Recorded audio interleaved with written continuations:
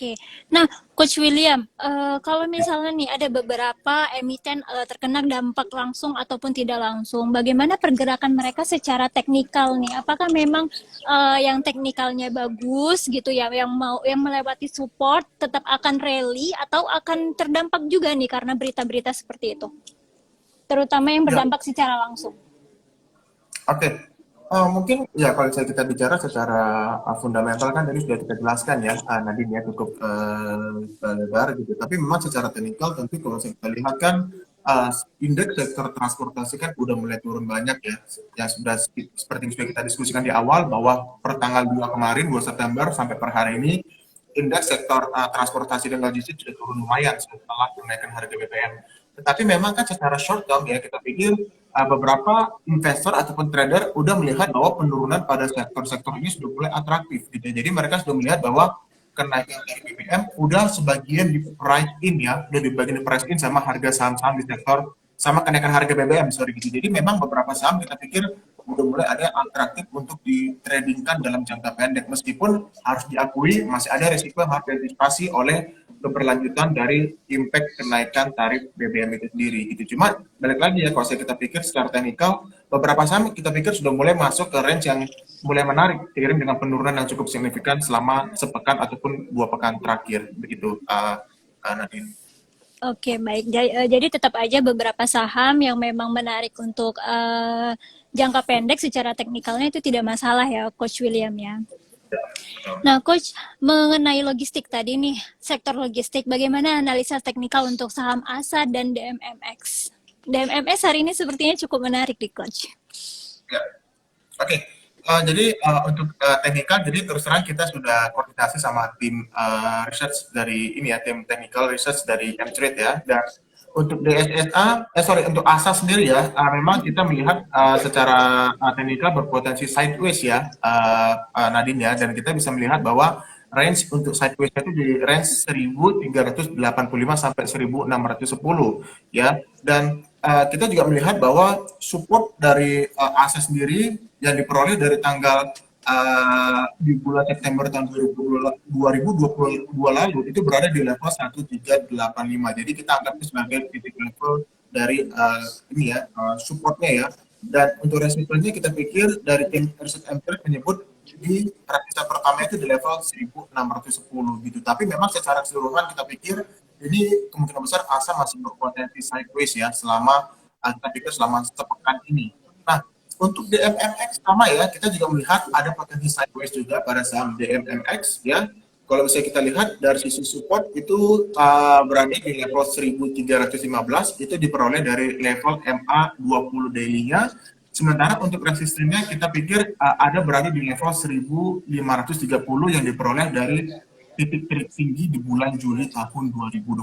Tetapi secara keseluruhan kita masih aspek tentu saham baik itu ASA sama DMMX ini masih cenderung akan sideways seperti itu Nadine. Oke, untuk dicermati saat ini ASA dan DMMS masih sideways ya, Coach ya.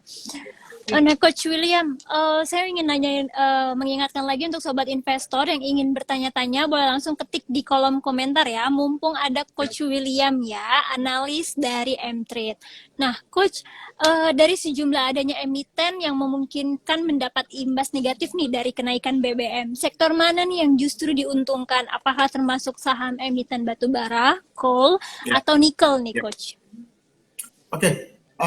Yang pertama ya, kita bicara soal inflation. Kan tadi kan kita berpikir, kita sedang diskusi tentang kenaikan harga BBM yang cepat atau lambat itu akan mempengaruhi inflasi itu sendiri gitu ya. Karena BBM itu sekali lagi ya, itu punya porsi terhadap inflasi sebesar 0,5%. Jadi apapun yang terjadi pada harga BBM itu pasti akan berpengaruh signifikan terhadap inflasi. Nah, kalau inflasinya bakal melonjak seperti yang seperti yang sudah kita lihat di Amerika Serikat, di Eropa dan sebagainya, biasanya akan mendorong harga saham-saham di sektor komoditi bakal menguat. Dan kita sudah melihatnya sekarang ya, kenapa harga batubara menguat, harga nikel, oil itu rata-rata menguat, walaupun ya kita bisa melihat secara weekly ada sedikit koreksi. Tetapi biasanya di era inflasi naik, akan mendorong sektor komoditi akan lebih menguat gitu. Jadi kalau misalnya saya pikir yang pertama tentu yang diuntungkan di era inflasi menguat sektor komoditi. Ya kita bisa prioritaskan, kita bisa urutkan gitu. Yang pertama adalah saham batubara, sektor batubara, yang kedua adalah sektor nikel, dan ketiga baru ke oil gitu ya. Nah, selain sektor komoditi, kita juga melihat ada sektor yang bakal diuntungkan oleh naiknya harga BBM, naiknya inflasi, dan juga naik suku bunga, yaitu adalah sektor banking ya. Teman-teman mungkin agak kaget, wah kenapa banking? Tentu kalau misalnya kita lihat, banking ini bisa berdampak secara tidak langsung oleh adanya kenaikan suku bunga BI. Kenapa bisa berdampak positif? Tentu karena kalau misalnya BI naik suku bunga, ya sektor banking pasti akan mengikuti teman-teman, meningkatkan suku bunga mereka ataupun rate pinjaman mereka, sehingga itu membuat potensi net margin mereka juga akan semakin besar. Gitu. Jadi kita pikir kedua sektor ini masih bakal diuntungkan di era inflasi yang tinggi ataupun di era kenaikan harga BBM gitu selama setiap bulan ataupun selama 3 bulan ke depan gitu, Nadine.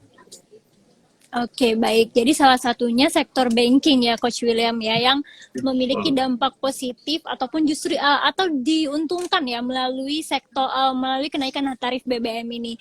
Nah, Coach, kita ini sudah mau windress ya, Coach William ya. Boleh dong usulan-usulan atau dari sektor mana nih yang bisa dicermati untuk windress nanti? Oke. Sebenarnya Windress ya, kita kan harus bicara big cap gitu ya, dan tentu kalau misalnya kita bicara big cap, yang pertama tetap kita menjagokan ataupun memprediksikan banking masih bakal menjadi salah satu yang kita pikir diuntungkan lah gitu ya, baik itu karena faktor Windress, yang kedua karena faktor adanya kemungkinan suku bunga bakal naik dan sebagainya gitu. Jadi kita masih suka sama sektor banking gitu ya. Banking kita paling outperform sama 2 bank ya. Itu yang pertama adalah Bank BCA ya, walaupun memang kemarin sempat mencapai all time high ya Nadine, tapi kita pikir itu salah satu opportunity kalau misalnya kita lihat adanya koreksi di pasar ya. Jadi ini salah satu yang kita pikir opportunity buat teman-teman mau invest for long term gitu ya.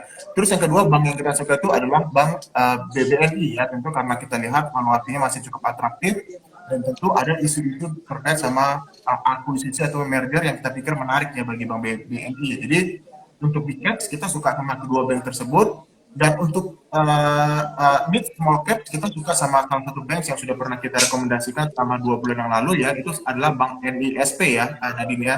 Jadi salah satu yang kita suka dari NISP ini banyak sekali gitu ya, tetapi memang salah satu yang kita suka adalah valuasinya gitu ya. Jadi untuk banking, untuk di window dressing kita suka sama banking yang pertama. Terus yang kedua, kita melihat ada celah upside di sektor konstruksi. Ya, memang sektor konstruksi ini salah satu sektor yang lejat ya, tertinggal dari beberapa saham-saham lainnya ya, saham-saham big cap lainnya ya. Kalau teman-teman perhatikan, sektor konstruksi adalah saham sektor yang sudah tertinggal dibandingkan semua sektor lainnya. Bahkan rata-rata harga itu adalah harga di mana masih berada pada tahun ketika terdampak pandemi tahun 2020 lalu gitu. Jadi kita pikir ada kemungkinan Windress akan berpihak pada sektor konstruksi gitu di akhir tahun. Dan ini seiring juga dengan adanya apa? Adanya yang pertama adalah bahwa banyak sekali anggaran-anggaran konstruksi bakal turun di semester kedua seperti biasanya. Dan yang kedua juga ada sentimen dari ibu kota negara yang baru yang sedang dibangun dan dimulai pada bulan September gitu. Jadi kita pikir sektor konstruksi akan ada sedikit dampak dari window dressing. Dan terakhir mungkin yang ketiga adalah saham di sektor consumer gitu ya. Consumer kan kita bisa melihat mereka sudah betul-betul terbanting ya. Tentu karena faktornya banyak, ada faktor dari kenaikan harga bahan baku, pelemahan konsumsi dan sebagainya. Cuma balik lagi ya, kalau kita bicara window dressing, tentu saham-saham kayak gini itu bakal akan ditarik ya secara temporer untuk memanfaatkan aksi window dressing itu sendiri gitu. Jadi kita pikir sektor sektor consumer juga masih akan mendapatkan benefit dari sana gitu, dari adanya window dressing. Seperti itu, Nadine. Oke, baik. Jadi tadi ada sektor-sektor yang perlu kita cermati, salah satunya dari banking, konstruksi, dan consumer ya, Coach ya. Oke, Coach, ada beberapa pertanyaan nih dari sobat investor yang udah gak sabaran mau nanya ke Coach William. Saya bacain langsung dari @Siva Nurhaliza. Banyak investor yang kecewa dengan kenaikan BBM dan tarif ojol. Lalu apakah pergerakan saham Bird dan GoTo sepekan ini akan berpengaruh? Oke. Tentu berpengaruh ya, teman-teman. Jadi begini, sebelum adanya kenaikan dari BBM ya, kita pernah juga beli Bird itu di harga level di bawah 1.400 dan kita jual di 1.500, dan kita bisa melihat setelah adanya kenaikan tarif BBM, harga berat justru turun lagi ya di level sekarang di level 1.300-an ya maybe ya kalau saya kita lihat ada 1.400 lah sekarang. Jadi memang sudah turun lagi gitu selama hampir sepekan terakhir jadi gitu ya. Jadi memang ini merupakan respon dari apa yang kita sebut dampak dari kenaikan harga BBM. Nah, pertanyaannya apakah Bird akan turun lagi? Ya tentu saja ada peluang turun lagi seiring dengan penyesuaian tarif. Karena apa? Karena Bluebird sejauh ini belum memutuskan berapa persen kenaikan tarifnya gitu ya dan masih digodok lagi. Nah, gitu. Jadi kalau seandainya nanti tarifnya sudah mulai keluar dan dirasa akan cukup mahal dibanding sama harga sebelumnya, kita pikir ruang downside-nya masih cukup besar gitu ya untuk Bluebird ini sendiri gitu. Tetapi pertanyaannya adalah apakah masa depan Bluebird sesuram itu gitu ya, sesuram bahwa dengan adanya kenaikan harga BBM semua orang bakal enggan untuk menggunakan Bluebird dan itu akan mempengaruhi bisnis dan juga sahamnya. Tentu enggak juga ya teman-teman. Ya kenapa? Mungkin singkat aja ya, Bluebird ini kita suka dari sisi market share-nya gitu ya. Kalau teman-teman perhatikan di sektor transportasi, di transportasi taksi lebih spesifik gitu ya, saat ini hanya ada satu pemain tunggal yang menguasai market share yang besar di sektor transportasi. Salah satunya adalah Bluebird. Ya, kalau nggak salah dia punya pangsa pasar sebesar 43%.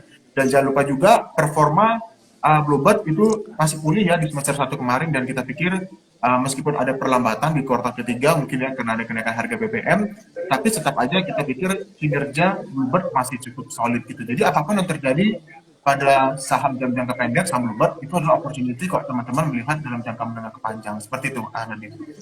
Oke, saham Bluebird itu menjadi salah satu opportunity untuk menengah dan Ya, jangka panjang ya, Mas Coach. betul. Oke, Coach, ada pertanyaan selanjutnya dari Donald Tandise.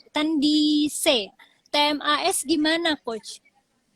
Oke, TMAS ya. Jadi ini menarik ya karena baik itu TMAS, baik itu SMBR, ini adalah salah satu saham perkapalan yang kenaikan persentase return itu sangat luar biasa besar sekali selama 1 tahun terakhir gitu ya. Nah, kalau misalnya kita pikir apakah tahun ini prospeknya masih bakal bagus, ya kita percaya prospeknya masih bakal bagus. Kenapa? Karena begini teman-teman, kalau kita perhatikan tarif kontainer itu masih mahal dari tahun lalu sampai per hari ini. Bahkan per hari ini pun kita expect tarif kontainer masih bakal mahal. Kenapa tarif kontainer bisa mahal?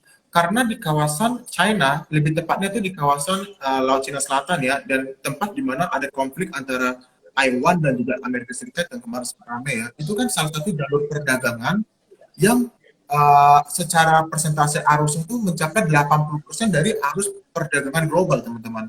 Ya, jadi selat antara China dan Taiwan itu selat tengahnya itu teman-teman, itu adalah salah satu selat yang skala perdagangan itu cukup luas, sehingga dengan adanya konflik antara Taiwan dan juga China dan juga Amerika Serikat yang sudah kita lihat kemarin, itu membuat arus di selat tersebut menjadi terhambat. Ya, karena apa? Karena banyak sekali kapal-kapal perang udah mulai siaga di sana, sehingga itu membuat pergerakan kapal-kapal pengiriman itu sedikit terbatas. Nah, terbatasnya pergerakan pada selat ini itu membuat volume pengantaran itu mulai terhambat lagi dan terhambatnya volume pengantaran membuat kenaikan tarif itu terjadi lagi teman-teman selama 1 ataupun 3 bulan terakhir setelah kemarin ada konflik antara US sama Taiwan gitu. Jadi kita pikir kenaikan tarif kontainer ini ya cepat atau lambat akan mendorong pendapatan yang lebih tinggi lagi pada sektor perkapalan termasuk emas sama SMBR. Tetapi ya kita perlu garis bawahi teman-teman, meskipun secara sentimennya masih atraktif, kita harus concern juga sama valuasi. Ya, valuasinya kan memang kalau saya kita lihat dengan kenaikan mencapai di atas 500% bagi saham-saham ini, itu kan membuat valuasinya sedikit tidak rasional ya, sehingga ini menjadi salah satu downside risk yang perlu teman-teman antisipasi dari sisi valuasi gitu ya. Artinya apakah masuk sekarang adalah waktu yang tepat? Ya tentu harus kita perhatikan adanya kenaikan dari ini tadi ya risiko dari valuasi tadi, karena kalau misalnya saham udah tinggi kan valuasinya kan tidak ada cara lain selain akan ada koreksi seperti itu. Jadi kalau kita lihat secara keseluruhan makro sentimennya masih bagus, tetapi valuasinya masih cukup sedikit berbahaya lah dengan kenaikan yang kemarin seperti itu. Oke, baik.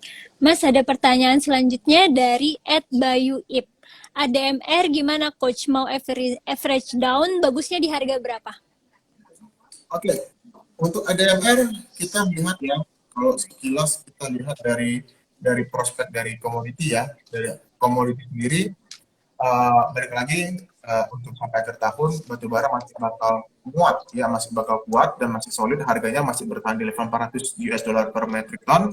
So kita pikir ini bakal menguntungkan bagi saham-saham batubara termasuk ADMR. Ya, mungkin secara teknikal kita bakal discuss lagi, tetapi mungkin kalau kita bicara secara sentimen fundamental dengan harga sekarang, sebenarnya ini timing yang bagus buat kita bisa akumulasi. Ya, spesifik untuk target resistennya mungkin kita akan di lain kali ya Nadine ya, untuk spesifiknya ya, untuk teknikalnya sendiri dari ADMR sendiri, seperti itu. Oke, baik. Berarti kalau untuk ADMR ini kira-kira bagus nggak Coach kalau untuk di jangka pendek dan menengah? Kita pikir lebih ke arah jangka menengah ya. Jangka menengah tentu sampai akhir tahun masih bakal atraktif seiring dengan kenaikan harga minyak. Gitu. Iya, siap. Coach, ada pertanyaan selanjutnya dari Ed Hendra Atmaja. Apakah sektor retail seperti RALS, MAPI, MPPA, dan ERA akan terdampak dalam karena daya beli menurun efek inflasi? Ya, ini good question ya. Nah, kita pikir ini perlu kita sekali lagi bahwa tadi balik lagi ya, kita juga bahas di awal bahwa kenaikan harga BBM akan berdampak terhadap spending masyarakat. Artinya begini, artinya dengan kenaikan tarif ojol, kenaikan tarif transportasi online yang cukup signifikan, orang yang selama ini menggantungkan pekerjaannya dengan transportasi online tentu akan mengurangi exposure belanja mereka di segmen-segmen lain gitu. Jadi kita pikir pasti yang akan dikurangi adalah segmen penjualan berbasis yang retail gitu ya. Artinya ketika mereka dulu beli baju seminggu sekali bisa 5 potong, tetapi karena kenaikan harga BBM mereka pasti bakal mengurangi jadi 3 potong ataupun 2 potong. Misalnya mereka kemarin pengen beli smartphone Apple misalnya gitu kan, iPhone ataupun apapun HP-nya ya, tapi dengan adanya kenaikan harga BBM, kenaikan tarif yang tidak dibarengi sama kenaikan gaji ya pastinya ya, tentu itu akan mengikuti bagaimana spending mereka gitu ya. Jadi menurut aku tentu sektor itu bakal terpengaruh. Tetapi sebagai catatan garis bawah ya, kita melihat sektor retail yang terdampak dari kenaikan harga BBM adalah sektor retail yang target pasarnya adalah menengah ke bawah. Seperti apa? Seperti Ramayana, seperti apapun lah emiten yang target kelas menengah ke bawah pasti akan terdampak karena spending mereka akan yang terdampak duluan dari kenaikan harga BBM. Tetapi untuk retail yang kelas menengah ke atas, kita masih lihat ada resilience ya dengan adanya kenaikan harga BBM karena biasanya kalangan masyarakat menengah ke atas nggak terlalu memperhatikan kenaikan harga BBM terhadap spending mereka gitu. Jadi yang kita pikir terdampak tentunya target yang kelas menengah ke bawah. Terus yang kedua juga tadi ya, yang untuk kebutuhan rumah tangga juga kemungkinan besar akan turun seperti S hardware. Ya kita pikir itu downside-nya masih luar biasa besar, terutama ketika nanti spending masyarakat turun, orang pasti akan mengurangi spending mereka untuk kebutuhan rumah. Itu pasti akan terjadi.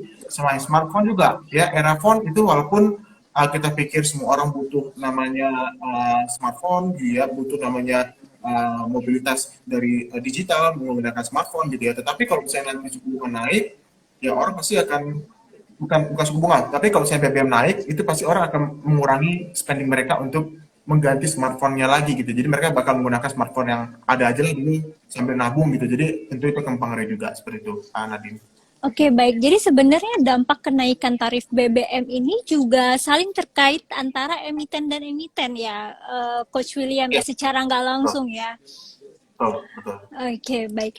Coach, ada pertanyaan selanjutnya dari Ed Leriko.